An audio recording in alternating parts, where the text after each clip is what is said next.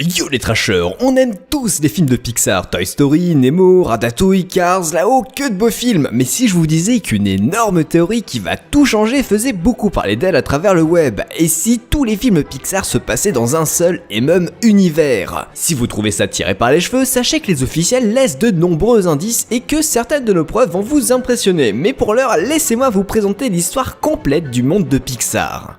La décadence des dinosaures. Tout commence il y a 65 millions d'années, la Terre n'a pas été frappée par un astéroïde et les dinosaures ne sont donc pas éteints.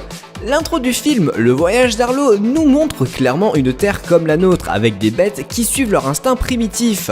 Les théories sur l'extinction des dinosaures placent cet événement bien avant l'arrivée des mammifères comme les hommes par exemple. Pixar a pris ce concept et l'a poussé jusqu'au bout. Les dinosaures ne se sont pas éteints et des millions d'années sont passées. Les dinosaures sont toujours l'espèce dominante sur Terre et sont également la plus intelligente. Malheureusement, la nourriture se fait de plus en plus rare et petit à petit, la population de dinosaures se reclue dans une zone située en Amérique du Sud qui s'appellera plus tard les Chutes Paradisiaques ou Monde Perdu. L'âge sombre. Au XIVe et XVe siècle, avec Rebelle, Merinda découvre la magie des feux follets. Cette magie a la capacité de faire des choses que la science humaine ne peut pas faire et change sa mère en ours. La magie est également capable d'animer des objets comme des balais ou autres outils pour les faire agir comme des êtres humains. Et elle est également utilisée par une sorcière qui peut disparaître mystérieusement via des portes en bois. Gardez bien en tête le visuel de sa cabane, des choses pourraient vous revenir au fur et à mesure de la vidéo. Avec le temps, les hommes explorent de plus en plus, jusqu'à ce qu'un homme, Charles Muntz, découvre en Amérique du Sud une zone remplie de créatures et de plantes inconnues de la science de l'époque. Il fait alors la découverte d'un œuf qui va changer le monde, c'est l'œuf de Kevin, l'oiseau géant dans Lao. Il a la particularité de prolonger l'espérance de vie des gens qui sont proches de lui, ce qui explique pourquoi par exemple Muntz est plus énergique que Carl alors qu'il est plus âgé que ce dernier. Cette magie est en quelque sorte mélangée au monde et la date de la découverte de l'œuf correspond à l'apparition des premiers super-héros dans Les Indestructibles, qui se situe environ dans les années 1930.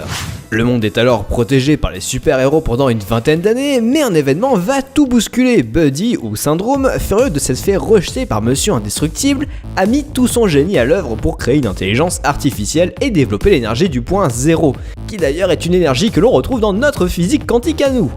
Petit à petit, les robots avec l'intelligence artificielle exterminent tous les super-héros, leur seule véritable menace, laissant les humains normaux vivre leur vie avec des jouets exposés à l'énergie du point zéro, une énergie qui voyage par ondes et qui a des propriétés plutôt mystérieuses. Ces jouets développent petit à petit une conscience et découvrent que pour rester en vie et avoir de l'énergie, le bonheur des humains est primordial, ce qui explique pourquoi dans Toy Story, aucun jouet ne souhaite se faire abandonner. Ils ne veulent tout simplement pas tomber à court d'énergie et se mettent à questionner leur existence, le but de leur vie. Les jouets abandonnés en veulent aux humains et ne sont pas les seuls dans ce cas, il y a également le cas des animaux dans l'univers Pixar. L'ère moderne. Dans le monde de Nemo, on découvre des poissons dotés d'intelligence avec une société relativement avancée, ils ont des écoles. Les humains, toujours en quête de changement et de progrès techniques, polluent toujours plus leur environnement et se mettent même à expérimenter sur les animaux qui les entourent. C'est ce qui s'est passé avec Dory et qui explique pourquoi elle a si souvent des pertes de mémoire. Il y a des signes de rébellion et de crainte qui apparaissent alors chez les animaux. En parallèle, tous ces facteurs externes ont également transformé les bêtes, qui deviennent de plus en plus curieuses et agissent de plus en plus comme des êtres humains. C'est ce que nous voyons dans Ratatouille. Rémi, le rat, est un amoureux de la cuisine humaine. Il est toujours en quête de saveur et arrive même à sympathiser avec Linguini, un marmiton de type plutôt nul, mais assez sympathique. Le truc, c'est que Rémi est un rat et que Linguini est un humain. Sa famille le voit d'un très mauvais œil, puisque les humains et les animaux sont en très mauvais termes. Les humains les trouvent assez dégoûtants et les animaux les haïssent et les craignent. 3 ans plus tard, les jouets ont parcouru pas mal de chemin avec les humains. Dans Toy Story 3, on voit que les jouets sont harcelés physiquement et émotionnellement par les humains. On en arrive même à voir des partis radicaux détestant les humains se former, comme le groupe de Lotso, l'ours rose. Ce groupe est alors créé pour prendre soin des jouets qui se sont fait rejeter par leurs propriétaires humains. Il s'agit là d'un des prémices de la séparation objet-machine et humain. Nous pouvons d'ailleurs voir Kelly et Carl de là-haut ont envoyé une lettre à Andy pour qu'il se sépare très probablement de ses jouets et objets intelligence. Carl est cependant obligé d'abandonner son terrain à une compagnie influente puisque ces derniers doivent agrandir la ville. Et c'est cette même compagnie qui plus tard détruira l'humanité comme nous le verrons par la suite. Carl découvre pendant son périple que les animaux peuvent parler et réfléchir, et que ces derniers sont relativement aigris, en colère contre les êtres humains. L'antagoniste de ce film aura d'ailleurs entraîné une armée de chiens. Et il s'agira là du dernier film où les êtres humains joueront une place importante, puisque quelques années plus tard, une révolte animale prit place et devinez qui a gagné entre les humains et les animaux. La révolte des machines.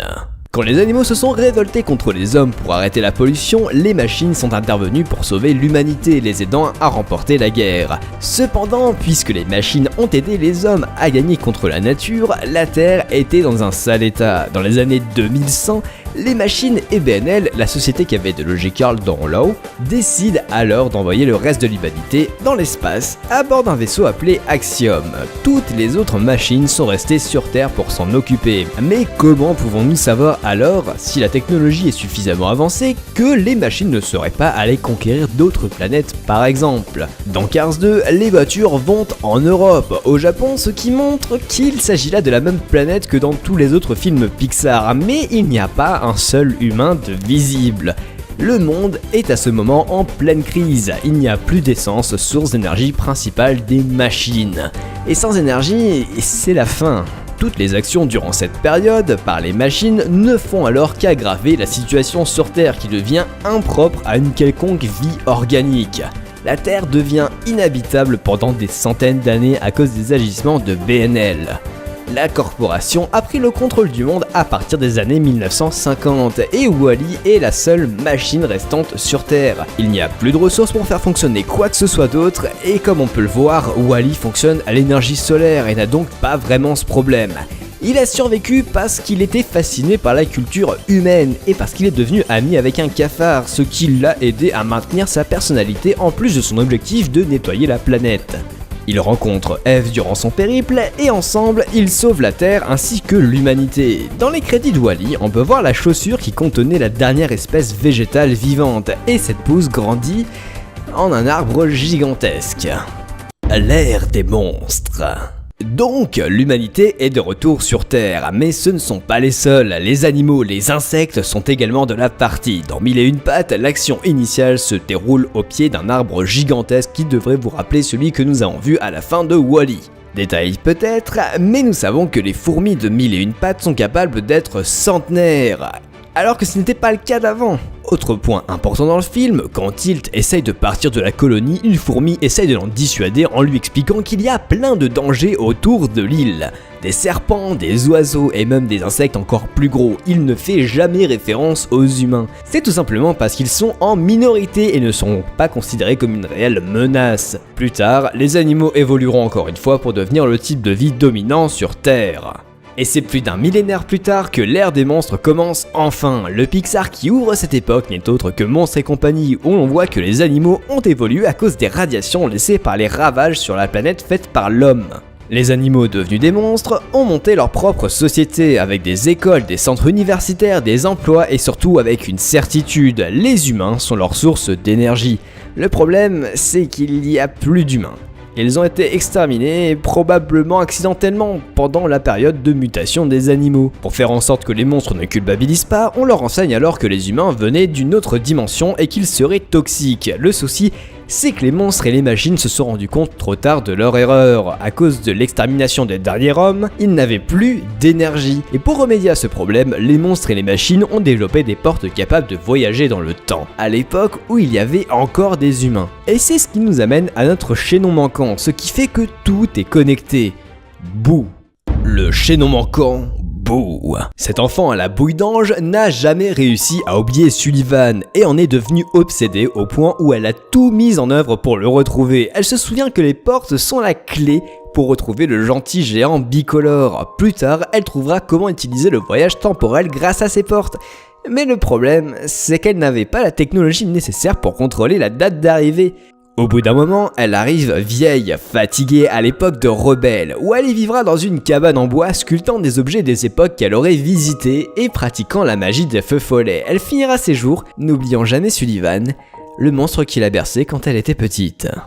Voilà, j'espère que cette théorie vous aura plu, elle est évidemment connue sur internet, mais on se devait de vous la présenter à notre tour. N'hésitez pas à vous abonner et à laisser un petit like, ça fait toujours plaisir, et pourquoi pas débattre en commentaire de la crédibilité de cette théorie. Je vous fais de gros bisous, ciao!